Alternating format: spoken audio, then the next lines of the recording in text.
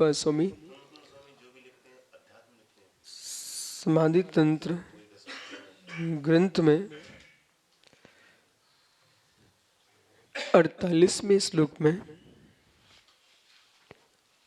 आत्मा को आत्मा में रमण कराने की प्रक्रिया बता रहे हैं और आप कैसे मन को बस करेंगे उसमें बुद्धि का प्रयोग किया जाए। अब बुद्धि का प्रयोग किया जाए मतलब ज्ञान का प्रयोग किया जाए। सदमस्त के ज्ञान बुद्धिपूर्वक होता है, बुद्धि से ही ज्ञान का प्रयोग हो रहा है।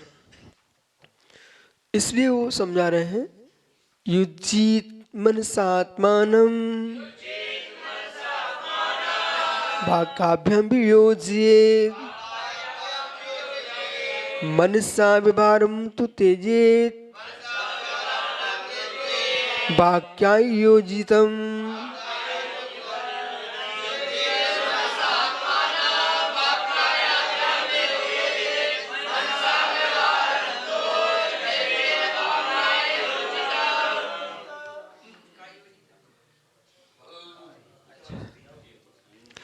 युज्जीत मनसा आत्मानं वाक्काभ्यां वियोज्येत् मनसा विभारं तु त्यजेत् वाक्यायोजितम्।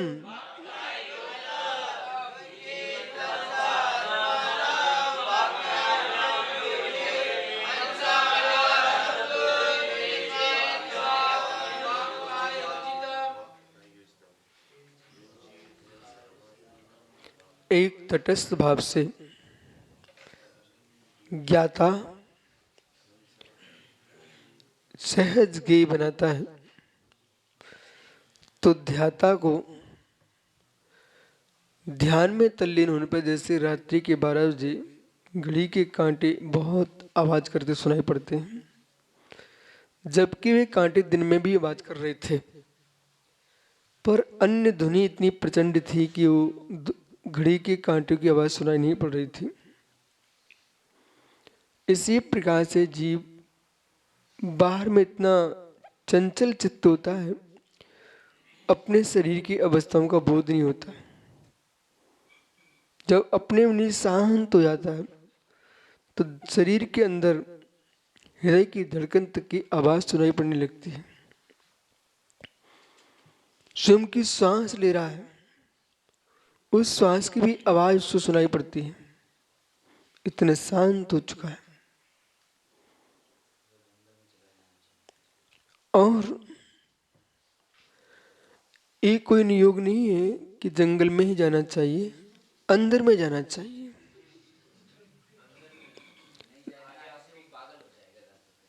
तो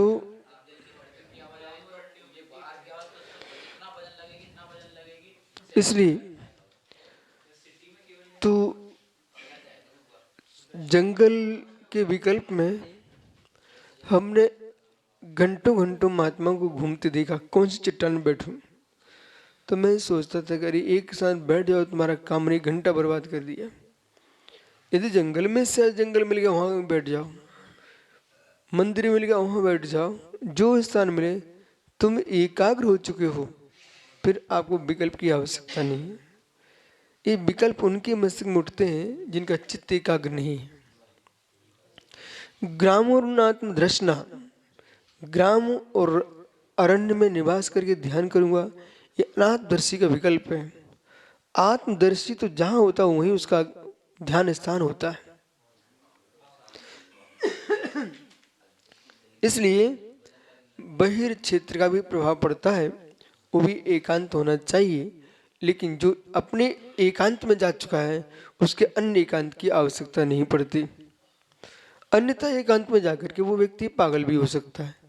एकांत में इतना एकांत में चला गया फिर उसको मनुष्य दुश्मन दिखने लगे, ये क्या कौन सी साधना हो गई तुम्हारी, ये रहस्य पकड़िए आप। तो मतलब आप ध्यान साधना कीजिए, आप आध्यात्मिक साधना कीजिए, लेकिन मानव को मानव के रूप में देखिए, पशु को पशु के रूप में देखिए, देव को देव के रूप में, नारकी को नारकी के रूप में देखिए। आप वस्तु में ही अवस्तुपना खोजोगे तो तुम पागल आदमी हो। वस्तु की व्यवस्था को भंग नहीं करना है, अपने आप को परवस्तु से भिन्न देखना है, न कि भगाना है किसी को, न भगाना किसी को, न भागना किसी से, भिन्नत्व का बोध करना है। बोलो मुमुक्षु राकेश, भागोगे तो भागो, कहां कहां भागते हो, जगत तो मिलेगा आपको। भगाओ तो डंडा ले लो, आप तो साधु बच्चे कहां, डंडे लेके भगाते रहो सबको। इसलिए आपको भागना भी नहीं है, आपको भगाना भी नहीं है, आप भिन्नत्व का वेदन करके अपने आप को दूर कर लेना है, अपने आप को बिना बोले बिना कुछ कहे बोले। कैसे? आत्मनम यानी आत्मा को, मनसा मन के साथ, मन के द्वारा युजित संयोजित करें। सुनो, पहले तो आत्मा को मन के साथ जोड़े, चित्त यानी मन, चित्त यानी मन, मन को आत्मा को एक बनाए, ये मैत्री खड़ी करें कि भाव, मन, भाव और आत्मा एक ही है। ठीक है? तो ये द्वैत पहले हटाएं, तब आनंद प्रारंभ होगा। आप मन को आत्मा को अलग देखते रहोगे ना तो तुम आनंद नहीं लुट पाओगे। अभी रुको, बड़े उसमें को है तो आत्मा भाव मन। चलिए, तो भाव मन आत्मा को एक कर लिया। अब तुम जो भी जान रहे हो, पहले आप क्या सोच रहे, हम मन से जान रहे हैं, मन से, तो तुम एक भेद किए थे, आत्मा और मन को भिन्न किए थे। तो फिर तुम्हारा क्या ये क्यों करा रहे हैं? इसलिए करा रहे हैं कि जब आत्मा उनको हमने एक कर लिया तो मैं जो कुछ जान रहा हूं आत्मा से जान रहा हूं। आत्मा जानू, शिवसम किस में है? आत्मा में। मन तो उपकरण है, वही द्रव मन, वो क्या है? उपकरण है। तो युजित मनसा, मन को, चित्त को आत्मा से अभेद रूप में अध्यवसाय करें, मतलब उसको अभेद रूप में अध्यवसाय करें, जाने, भेदन करें, चिंतन करें, निश्चित करें।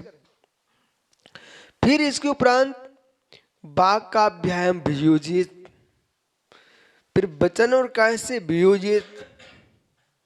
मैं न हम मनो न मैं वाणी न हम देहो, मैं देही नहीं हूं,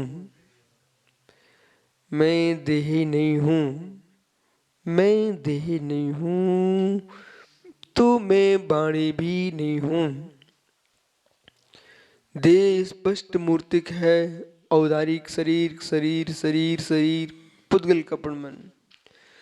वाणी वाणी वाणी वाणी वाणी वाणी वाणी शब्द की पर्याय, शब्द पुद्गल की पर्याय।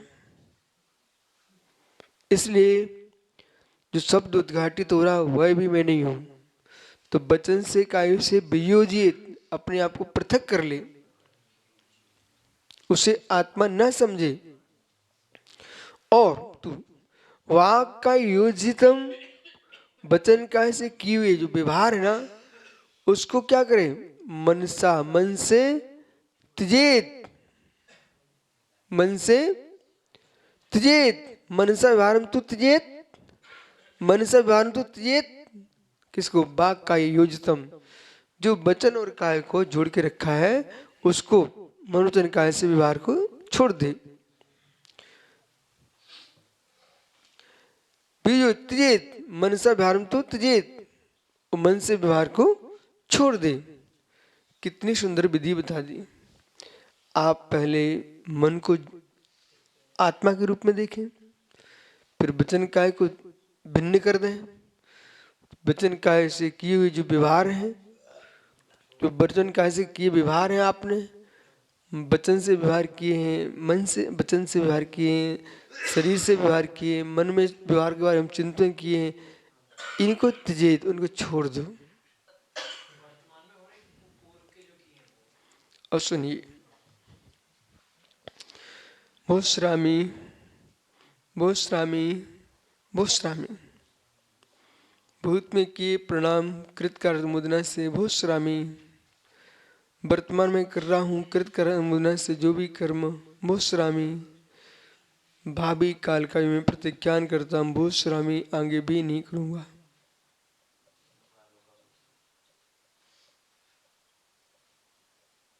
भूश्रामी ये आपको आत्मस्थ होने की आचार्य महाराज ने विधि बता दी पूरी कि कैसे हमें प्रक्रिया करना चाहिए। अब कोई प्रश्न नहीं कर सकता कि हम कैसे ध्यान में बैठें, क्या क्रिया करें। उन्होंने पूरी क्रिया बता दी, ये आपका क्रम होना चाहिए। इस क्रम से आप जाओगे तो आप निश्चित ही अपने स्वरूप की उपलब्धि को प्राप्त हो जाएंगे।